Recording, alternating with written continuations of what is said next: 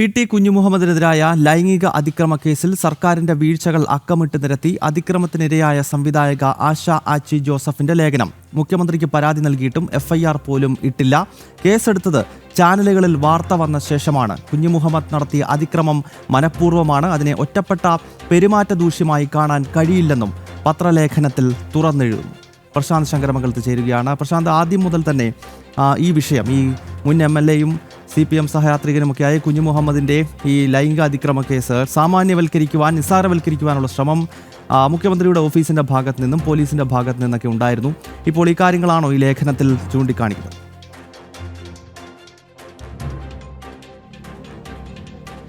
ഗൗതം, തീർച്ചയായും ഇക്കാര്യങ്ങളെല്ലാം തുറന്ന് എഴുതുകയാണ്. അവർ ആദ്യം പറയുന്നുണ്ട് താൻ അതിജീവിത എന്ന് പറയാൻ ആഗ്രഹിക്കുന്നില്ല, തൻ്റെ പേര് വെളിപ്പെടുത്തിക്കൊണ്ട് തന്നെയാണ് ഇക്കാര്യങ്ങളെല്ലാം വ്യക്തമാക്കുന്നത്.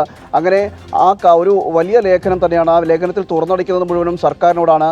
കഴിഞ്ഞ IFF 30ാമത് IFFKയുമായി ബന്ധപ്പെട്ടാണ് അതിൻ്റെ സ്ക്രീനിംഗ് കമ്മിറ്റി അംഗമായിരുന്ന ഈ യുവതിക്ക് ലൈംഗിക പീഡനം ഏൽക്കേണ്ട ഒരു സാഹചര്യം ഉണ്ടാകുന്നത്.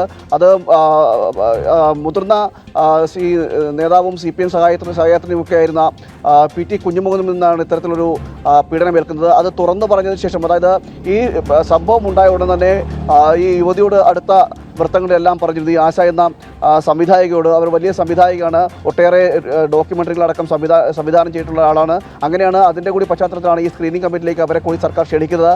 അതുകൊണ്ട് തന്നെ ഈ പീഡന വിവരം അല്ലെങ്കിൽ ഈ പീഡന ശ്രമം നടന്ന ഉടനെ തന്നെ നിരവധി പേരോട് പറഞ്ഞപ്പോൾ എല്ലാം ചിലർ അതിനെ തടസ്സപ്പെടുത്തിയിരുന്നു, മറ്റു ചിലർ പരാതി നൽകാൻ പറഞ്ഞു. അതിൻ്റെയൊക്കെ അടിസ്ഥാനത്തിലാണ് മുഖ്യമന്ത്രിക്ക് പരാതി നൽകുന്നത്. നവംബർ 24-ാം തീയതിയാണ് ഇത്തരത്തിലൊരു പരാതി നൽകുന്നത്. ആ പരാതി നൽകിയതിനു ശേഷം 4 ദിവസങ്ങൾക്ക് ശേഷമാണ് ഇതുമായി ബന്ധപ്പെട്ട ഒരാൾ വിളിച്ചു ചോദിക്കുന്നത് എന്താണ് പരാതി നടക്കമുള്ള കാര്യങ്ങൾ. എന്നാൽ തുടർന്ന് നടപടികളൊന്നും ഉണ്ടായില്ല.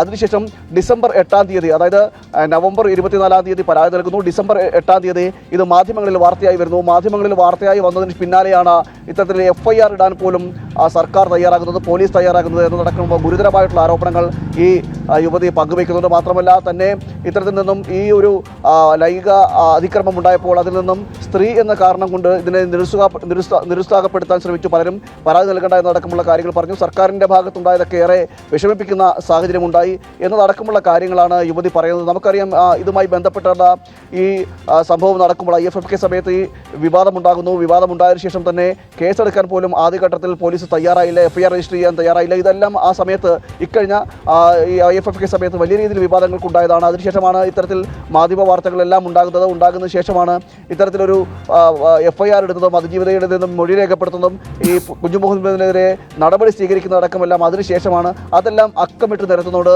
സർക്കാരിനെതിരെ രൂക്ഷമായ ഭാഷയിൽ കൂടി ഇതൊരു വിമർശനാത്മകമായിട്ട് തന്നെയാണ് ലേഖനത്തിലൂടെ പറയുന്നത്. അതുകൊണ്ട് തന്നെ താനൊരു അതിജീവിത എന്ന് പറഞ്ഞ് അല്ലെങ്കിൽ അതിജീവിതയുടെ പേരിൽ തൻ്റെ വ്യക്തിത്വം മറച്ചുകൊണ്ട് ജീവിക്കാൻ താൻ ആഗ്രഹിക്കുന്നില്ല.